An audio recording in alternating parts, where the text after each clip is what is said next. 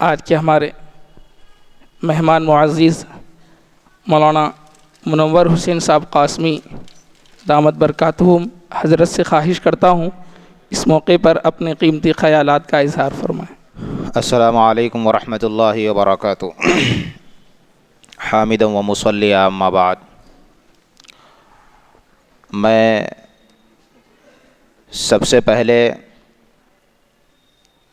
اس مسجد کے ذمہ داروں کو مبارکباد پیش کرتا ہوں کہ انہوں نے ایسی بابرکت اور پر رونق محفل کو سجایا ہے، اور جس فریضے کی ادائیگی کے بعد یہ انعامی جلسہ رکھا گیا ہے، اگر غور کیا جائے اور سوچا جائے تو یہ بہت بڑی بات ہے۔ ویسے تو ہمارا روپیہ، ہمارا پیسہ کئی ایسے بے دینی کے کاموں کے اندر، گناہوں کے کاموں کے اندر خرچ ہوتا ہے، لیکن وہی پیسہ صحیح رخ کے اوپر اگر لگ جائے تو یہ میرے اور آپ کی آخرت کی کامیابی کا ضامن بن سکتا ہے۔ اللہ کے نبی صلی اللہ علیہ وسلم نے فرمایا کہ بچوں کے اندر نماز کی عادت ان کے بچپن ہی سے ڈالنی چاہیے۔ پیارے آقا صلی اللہ علیہ وسلم نے فرمایا کہ جب بچے کی عمر 7 سال کی ہو جائے تو ان کو نماز پڑھنے کی ترغیب دو، ان کو بار بار بولو کہ نماز پڑھو، نماز کا شوق ان کو دلاؤ۔ اور پھر بچے کی عمر جب 10 سال کی ہو جائے تو پیارے آقا صلی اللہ علیہ وسلم نے فرمایا کہ تم ان کو نماز نہ پڑھنے پر ان کی تنبیہ کرو، اس لیے کہ یہ ایسی اہم عبادت ہے نماز کہ یہ ہر انسان کے اوپر فرض عین ہے۔ نماز کے بارے میں اللہ تبارک و تعالیٰ کے پاس پوچھ ہوگی، اور اللہ کے نبی صلی اللہ علیہ وسلم نے فرمایا من ترک الصلاۃ متعمدا فقد کفر، کہ جو جان بوجھ کر نماز کو چھوڑ دیتا ہے تو اس نے کافروں والا عمل کیا۔ جان بوجھ کر نماز، آج کتنے ہم میں سے ایسے لوگ ہیں کہ اذان مسجد سے ہوتی ہے اور ہم کاموں کے اندر مشغول رہتے ہیں، اس کی طرف توجہ نہیں کرتے۔ ہم مسجد کے اڑوس اور پڑوس کے اندر ہوتے ہیں لیکن ہماری توجہ اس اذان کی طرف نہیں جاتی، ہم اذان کا جواب نہیں دیتے، مسجد کی طرف چل کر نہیں آتے۔ لاپرواہی کے اندر، سستی کے اندر ہماری زندگیاں گزر رہی ہوتی ہے، نماز کی اہمیت کا اندازہ ہمیں نہیں ہے۔ حالانکہ مرنے کے بعد سب سے پہلے نماز کے بارے میں پوچھا جائے گا۔ جس کی نماز اچھی نکل آئی اس کے بعد کے سارے اعمال اس کے لیے آسان ہوں گے۔ اس لیے اللہ کے نبی صلی اللہ علیہ وسلم نے نماز کے اوپر بہت زیادہ زور دیا ہے،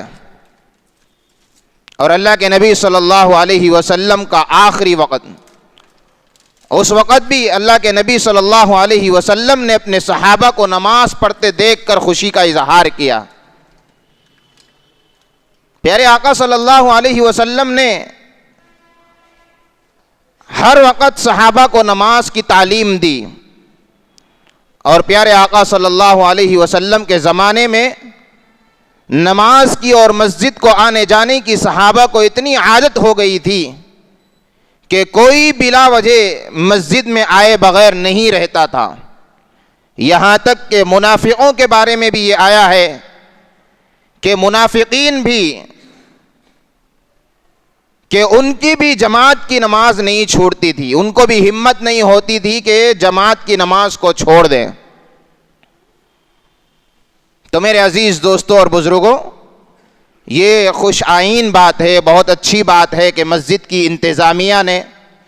بچوں کے اندر شوق، نماز کا شوق اور اس کا جذبہ پیدا کرنے کے لیے، ابھی سے ان کو نماز کی عادت ڈالنے کے لیے ایک اچھی شروعات یہاں پر کی ہے۔ میں اس پر ان سب کو مبارکبادی پیش کرتا ہوں۔ انشاءاللہ ہم سب کو اپنے بڑوں سے یہاں پر سننا ہے۔ ہونا تو یہ چاہیے کہ ہم مسجدوں کے اندر ایک ایسا ماحول بنائے، ایک انڈور، ایسا ان کو انڈور گیمز ان کو ایسے رکھیں، ایک الگ سے ہال بنائے کہ بچے اس شوق سے، اس کھیل کے بہانے سے مسجد کے اندر آنے جانے والے بنے، کہ ان کو یہ معلوم ہو کہ اگر ہم مسجد جائیں گے تو وہاں پر انڈور گیمز کی فیسلٹی ہے، وہاں پر ہم جائیں تو ہم کو کھیلنے کا موقع ملے گا۔ تو بچوں کے اندر شوق پیدا ہوگا، بچوں کے اندر جذبہ پیدا ہوگا مسجد کو آنے اور جانے کا۔ اور جب مسجد کو آتے رہیں گے، جب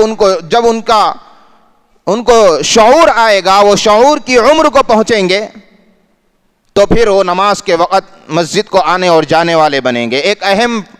فریضے کی ادائیگی کے اوپر عمل کرنے والے وہ لوگ بنیں گے۔ آج ہماری مسجدوں کے اندر یہ دیکھا جاتا ہے کہ بچے جب مسجد کے اندر آتے ہیں، نماز ہوتی رہتی ہے، بچوں کو شعور نہیں ہوتا، لاشعوری کے اندر وہ گڑبڑ کرتے ہیں یا باتیں کرتے ہیں یا ادھر سے ادھر بھاگتے ہیں۔ تو ہم بچوں کی کچھ باتوں کے اوپر محبت سے، پیار سے ان کو روکیں، لیکن ان کے اوپر جو ہے نا غصے کا اظہار نہ کریں، ان کو جھڑکے نہیں۔ عام طور پر ہوتا ہے کہ بچے جب مسجد کے اندر بھاگتے ہیں یا کھیل کرتے ہیں، تھوڑا بہت شور شرابہ کرتے ہیں، تو ہم فوراً ان کو ڈانٹتے ہیں اور ان کے اوپر غصہ ظاہر کرتے ہیں۔ بعض اوقات بچوں کی نفسیات ایسی ہوتی ہے کہ ان کے اوپر ایسا اثر پڑتا ہے کہ وہ مسجد کو آنے سے کتراتے ہیں، بلکہ بچوں ہی کو نہیں بلکہ بڑوں کے بارے میں بھی میں یہ کہتا ہوں کہ آدمی جلدی کے اندر ہوتا ہے، وہ مسجد کے اندر وضو بنا کر جماعت کے اندر شرکت کی غرض سے جلدی آ جاتا ہے، وہ نماز کو سائلنٹ کرنا بھول جاتا ہے، وہ موبائل کو سائلنٹ کرنا بھول جاتا ہے، نماز کے اندر شریک ہو جاتا ہے۔ اب جب نماز کے اندر خدا نخواستہ اس کی بیل بجنا شروع ہوتی ہے تو نماز پڑھتے ہی سب اس کو ایسا گھورنے لگتے ہیں جیسا کہ اس نے کوئی بڑا جرم کر دیا۔ ارے بھائی، آپ کی نماز ہے، آپ اپنے خشوع سے پڑھیے، آپ اپنے خضوع سے پڑھیے، آپ کی توجہ اور دھیان بٹے نا۔ صحابہ اکرام رضوان اللہ تعالی علیہم اجمعین کے بارے میں آتا ہے کہ ایسی نماز پڑھتے تھے کہ پرندے ان کے اوپر آ کر بیٹھتے تھے کہ حرکت نہیں ہوتی تھی، ایسے نماز کے اندر مشغول، ایسی لو لگا کر وہ لوگ نمازیں ادا کرتے تھے۔ آج ہماری نمازیں ایسی ڈھیلی ڈھالی ہو گئی، ایسی کمزور ہو گئی کہ مچھر بھی کاٹتے ہیں تو ہم ادھر سے ادھر ہوتے رہتے ہیں۔ تو میرے عزیز دوستوں اور بزرگوں، حضرت علی رضی اللہ تعالیٰ عنہ کے بارے میں آتا ہے غالباً کہ ان کے پیر کے اندر تیر چبھ گیا، تیر ان کے پیر کے اندر چبھ گیا، اور جب اس کو نکالنے لگے تو بہت زیادہ تکلیف ان کو ہو رہی تھی، بہت زیادہ تکلیف ہو رہی تھی۔ انہوں نے کہا کہ ایسا کیجئے کہ جب میں نماز کی نیت باندھ لوں تو میرا تیر نکال لینا، اس لیے کہ مجھے پتہ نہیں چلے گا۔ ایسی نمازیں ان کی مضبوط تھی کہ ان کا تعلق، ان کا دھیان صرف اللہ کی طرف ہوتا تھا۔ آج ہم 4 رکعت نماز، 2 رکعت نماز پڑھتے ہیں تو ہماری توجہ اور دھیان، ہم جس کے لیے نماز پڑھ رہے ہیں اس کی طرف ہماری توجہ اور دھیان نہیں ہوتا۔ تو میرے عزیز دوستوں اور بزرگوں، ہم بچوں کے کھیلنے، آج کے یہ جو بچے مسجد کے اندر آتے ہیں نماز پڑھنے کی غرض سے، تو ان کے اندر شوق پیدا کریں، ایسی ہی ان کو کچھ موٹیویٹ کریں، کچھ ان کو چاکلیٹ دیں یا کچھ ان کو جو ہے نا ایسے تحفے اور ایسے گفٹس دیں، پین دیں، پینسل دیں، ریزر دیں، ان کو شارپنر دیں، کچھ ایسی چیزیں دیں جس کی وجہ سے ان کے اندر ان کے اندر یہ جذبہ پیدا ہو کہ میں مسجد کے اندر جاؤں، اذان ہو اور میرا رخ مسجد کی طرف ہو۔ آج کے یہی بچے جن کا رخ مسجدوں کی طرف اگر ہم کریں گے تو انشاءاللہ ثم انشاءاللہ وہ دن دور نہیں ہے کہ جب یہ بالغ ہو جائیں گے تو ان کی کوئی نماز قضا نہیں ہوگی، ان کی کوئی نماز قضا نہیں ہوگی انشاءاللہ۔ ہم عادت تو ڈالیں، ان کو ترغیب تو دیں، ہم ڈرانے کے سوا، اپنا غصہ ان کے اوپر دکھانے کے علاوہ